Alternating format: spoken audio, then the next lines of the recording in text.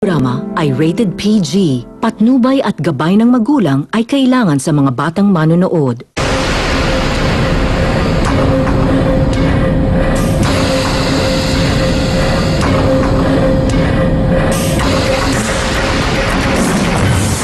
Sa ulo ng bakbakan ngayong gabi, 100 pisong bayad sa pagpaparehistro ng mga motorsiklo at aso sa isang bayan sa Cavite, inalmahan ng mga residente. Lumapit sa amin yung enforcer na tinanong niya kung nasan daw yung sticker ng motor namin. Sabi ko wala. Tapos sabi niya gano'n, daw, sa susunod na makita kita na walang sticker, huhulihin na kita. Malinamnam na lumpia rapper, ginagawa ng nakahubat at kawisang trabahador. Saang tindahan niya, mamaya tuturo namin sa inyo.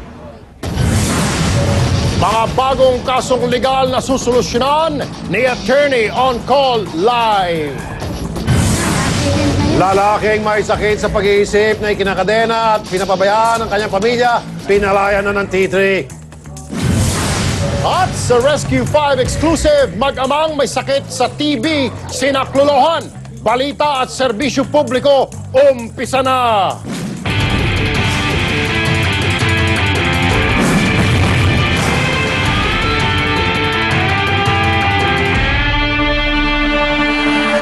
Dahil wala silang ligtas at mga oras kung may stroke.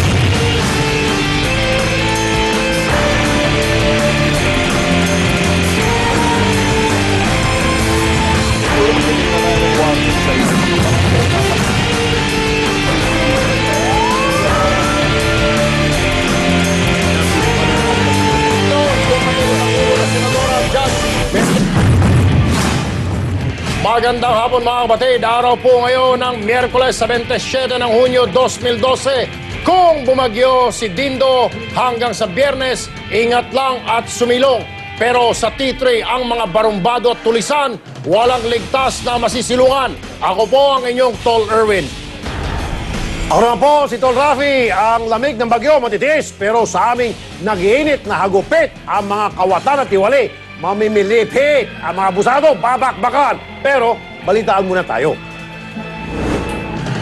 Alam niyo mga Tol Rafi, may isang bayan sa GMA o sa Cavite na may ordinansang kinaiinisan daw ng mga residente. Oh, Paano ba naman? Ang batas na ito, mala LTO ang estilo.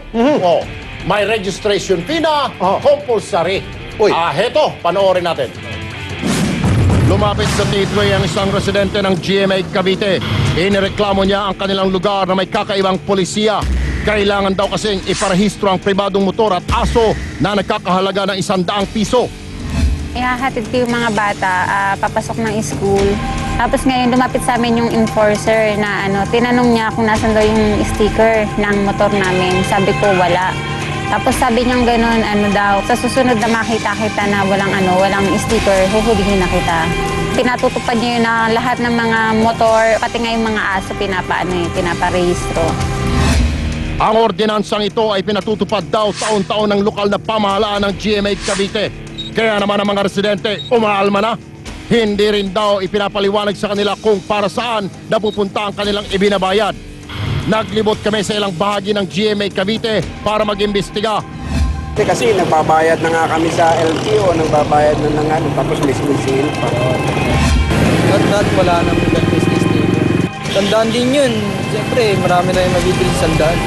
Hindi kami sangayon kayo po, ma'am, kasi ngayon pa lang kasi na-implement yan eh.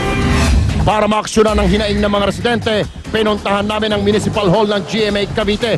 Ipinakita nila sa amin ang Municipal Ordinance number 2008-25. Nakasulat dito na pirmado ng mga residente ang ordinansa. Pero bakit kaya marami ang hindi pa nakakaalam tungkol dito? Ang tanong, para saan nga ba ang sticker policy na ito? Nakakatulong ba siya sa taong bayan o pabigat lamang sa bulsa ni Juan? Alam mo, tama ka, Tol Rafi, sabi mo kanina, sa Pasay, inalmahan ng mga residente, kaya pinol out. Nagbagong isip at binasura yung ordinansang yun. Pero ang tanong nga kasi dito natin, Tol Rafi, para saan ba yun? Nakarehistro na yung motor mo sa LTO. Ano ba yan? Ano yan? Exclusive subdivision? Hindi, sa Pasay, bisikleta at sa aso. Ano ba sa Cavite? Motorsiklo at saka motorsiklo. aso. na kailangan mo irehistro. Pag hindi ka, huhulihin ka, titikitan. Eh, kaya nga, ano ba yan? Forbes Park? Ano, Mas matindi ito kaysa pa sa bisikleta. Oh. So, yung bisikleta kailangan wala namang rehistro yun. Well, bibili kami sticker. Parang ganun din. Kaya lang ito, meron ka ng rehistro sa LTO, meron pang rehistro sa City Hall. City Hall, Kahit na pati- hindi mo pinapasada yung motor mo. Pati aso mong askal, irerehistro mo. Kung hindi, huhulihin lang yung aso mong askal. Kukunin. O, kukunin nga. Kaya nga, saan napupunta? Tanong ng taong bayan ngayon doon na Tol Rafi, saan doon napupunta yung pera na yun?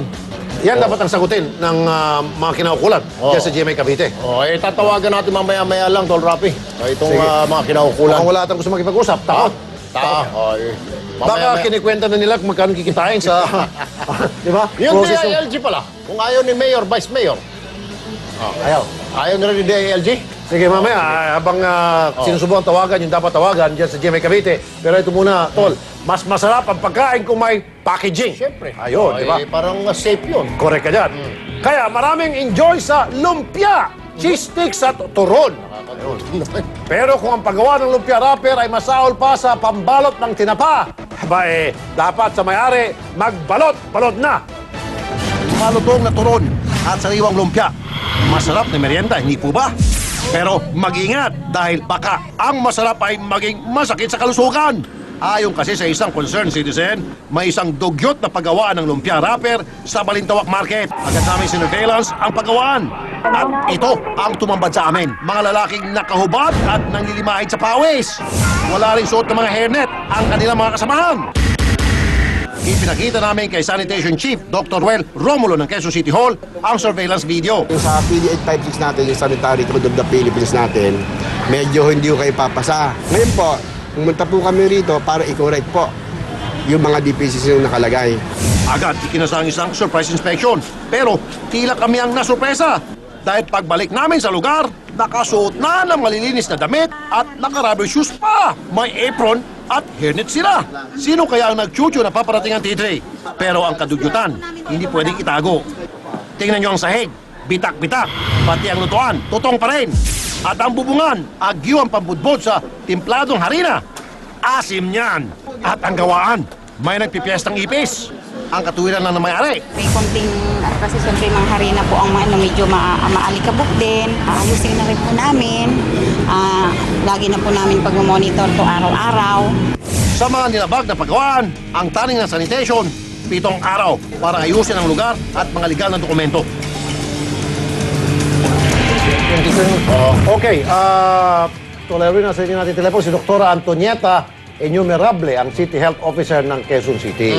Yan, baka gusto mo kausapin si Ma'am, si Madam. Doktora, magandang hapon po. Magandang hapon po. Napanood niyo ba yung dugyot na paggawa ng lumpia sa telebisyon ngayon lang? Ay, hindi Okay. po. Nasa Alright. opisina pa po kasi po. Aha. Ma'am, ano ho ba ang standard operating procedure para sa isang paggawa ng pagkain gaya na lang po ng lumpia wrapper? Di ho ba dapat malinis ho ito? Ano ba system? Opo. Dapat po meron po kami standard na tinutupad na dapat po malinis ang kanilang lugar. Kailangan yung mga tables na kanilang lalagyan ng kanilang ng pagkain ay naka-tile. Malinis, pati tubig, kailangan i-examine. Mayroong water analysis na nagsasabi na ang kanilang tubig ay Ma'am, singit ako, ano? malinis. Opo, Ma'am. Ma'am, ito po, ano, nagbisita na po ata yung mga taga City Hall, City Health. Opo. At Opo. sabi po, bigyan daw po ng 7 days para i-correct po yung problema. Asagaran ng Opo, akin, ma'am, baka, gagayan. baka sa akin, ma'am, baka pwede hong habang kinokorek nila yung problema, nakasara po muna yung tindahan para hindi ho nagbibenta, wala opo. pong masaktan na Okay. So, customer. kung na-inspection na ho pala sila at bibigyan sila ng 7 araw, bukas na bukas po, papupuntahan ko yan sa ating sanitary inspector. Opo. Tapos po, kung hindi pa nyo po sila nakatupad, kailangan maipasarado na po Okay. sila. For the meantime, opo, habang kinokorek yung problema. Opo. Yun po. Opo. Kasi Opo. ma'am, talagang nakakasuka po, ha? Bantakin mo yung tagaluto, nakahubad, nagtutulo-tulo yung Opo. kayang pawis Opo. sa kawali. Yung may mga Opo. ipis dun sa gilid. Diyos ko po. Ay, yun ho. So, kailangan ho kasi may mga pest control as requirement. So, bukas na bukas po, papupuntahin po namin ang aming sanitary inspector. Aha, okay. At papa-check po natin tapos